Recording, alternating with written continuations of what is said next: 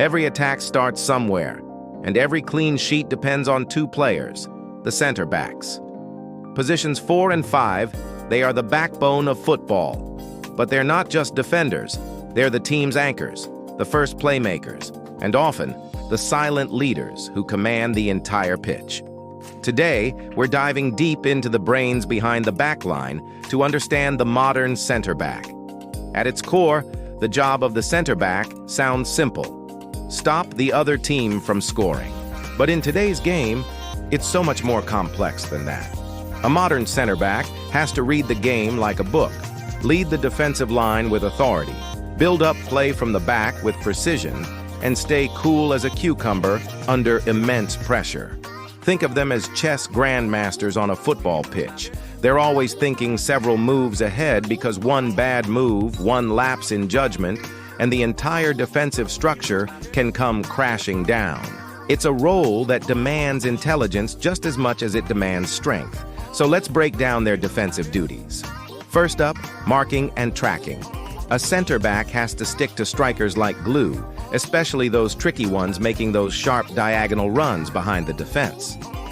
The golden rule is to always stay goal side, keeping your body between the attacker and your goal, while constantly scanning to know where both the ball and your assigned player are at all times.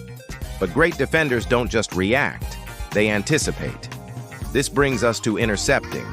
They have a sixth sense for danger, reading the opponent's intentions and cutting off passing lanes before a threat even materializes. It's about being proactive, not reactive. Then there's tackling, the art of winning the ball back. Timing is absolutely everything here. A common mistake is to dive in recklessly. A top-tier center back knows to stay on their feet, using their body to shepherd attackers into less dangerous areas, and only committing to a tackle when they are absolutely certain they can win the ball cleanly. And of course, we can't forget aerial dominance. In the modern game, winning headers is non-negotiable, especially during set pieces, both in your own box and the opponent's. You have to be aggressive in the air, but controlled.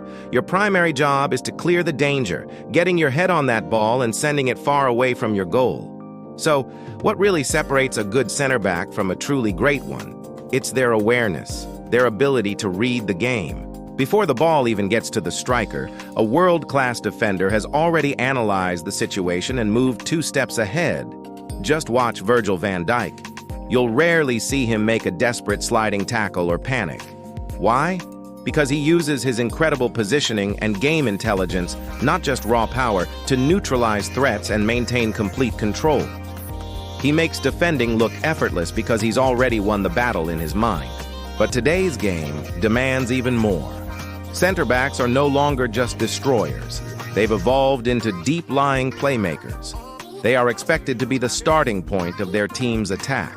This means they must be comfortable on the ball, able to build play from the back even when pressed by opponents. They need the vision to break the opposition's lines with sharp vertical passes into midfield or the strikers. They also need the technique to switch play with long, accurate passes to the fullbacks or wingers, stretching the opponent's defense. Some even have the license to step into midfield when space opens up, creating an overload. Just look at players like John Stones, Ruben Dias, or Antonio Rudiger. They are absolute masters of both the art of defending and the craft of dictating the tempo of the game from deep. Now, while both center backs share the same fundamental role, the side they play on does matter.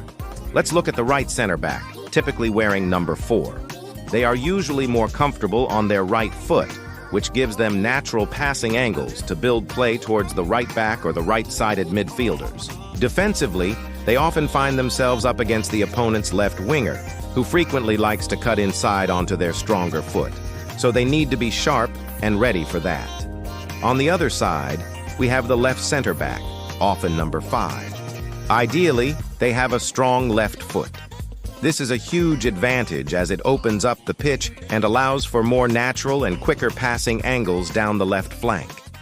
They are responsible for covering the left back when they venture forward on an attack and must be prepared to defend against inside forwards cutting in from the right. The key to their success is the partnership. They have to operate in perfect sync. like a dance. When one steps up to challenge for the ball, the other must drop back to cover the space behind. It's a constant ballet of communication and coordination. And that brings us to one of the most underrated skills of a center back: communication and leadership. A silent center back is a liability. You have to be the loudest player on the pitch, constantly talking. You're organizing the defensive line, shouting "step up" or "drop back." You're warning teammates about unmarked runners. You're directing your fullbacks and midfielders on who to mark. You're even calming down your goalkeeper or giving them information. You have the unique advantage of seeing the entire game unfold in front of you, so you must be the on-field coach, guiding everyone around you. Leadership truly starts from the back. Of course, with such high responsibility comes high risk. Let's talk about some common mistakes.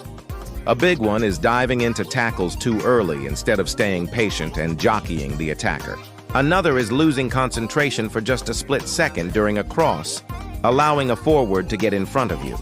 Miscommunication between the two center backs can be catastrophic, leading to huge gaps in the defense. And finally, trying a risky pass when under pressure in your own third can lead directly to a goal.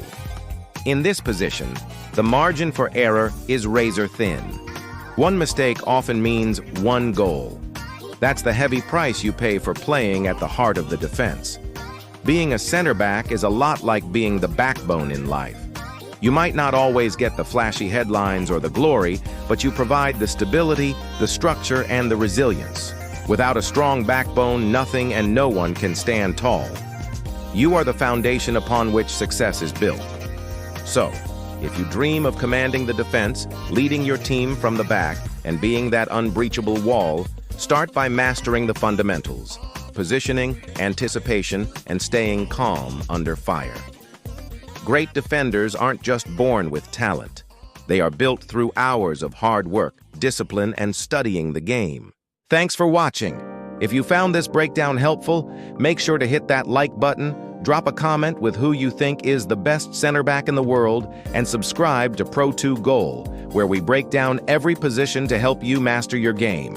See you in the next video.